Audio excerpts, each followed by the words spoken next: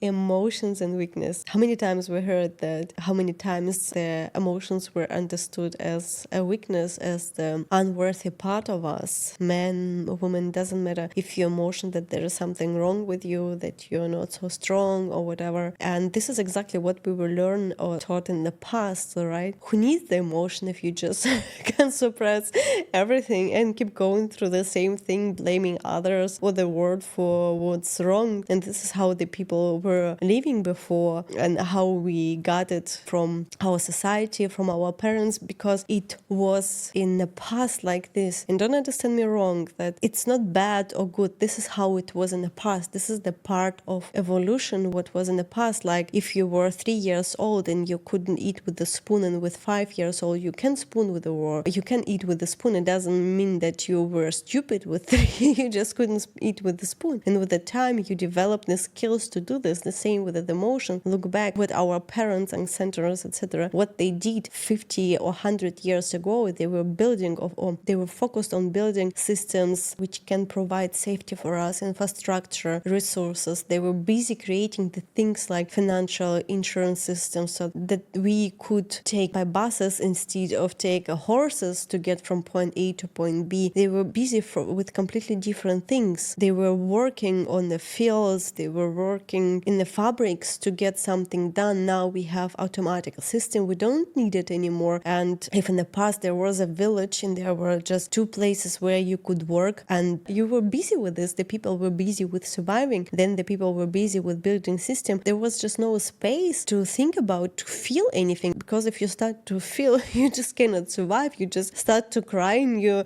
don't understand what happened, and you cannot work on the field, you cannot work on the fabric to help the next level in our evolution to grow. And that's why how we grew up in some countries they are more developed in this way, some countries are less developed in this way. And yeah, it's just a part of evolution. And in that moment, 30 years ago they started, or 40 years ago they started to take care about the food, what we are eating, actually how important it is, how important it is to do some exercises. And it was completely different stage of life. And because of they did so much work, now we are living in this overflow. We can have everything. You can even change the country if you don't like something, and it can start again. Doesn't matter. We are already overflowing. We're already picky with the things, if we want or not. This person is not good enough. This food is not good enough. This country is not good enough, or whatever. But if you took your ego out of this, you will see how far we came and how overflowing the world is.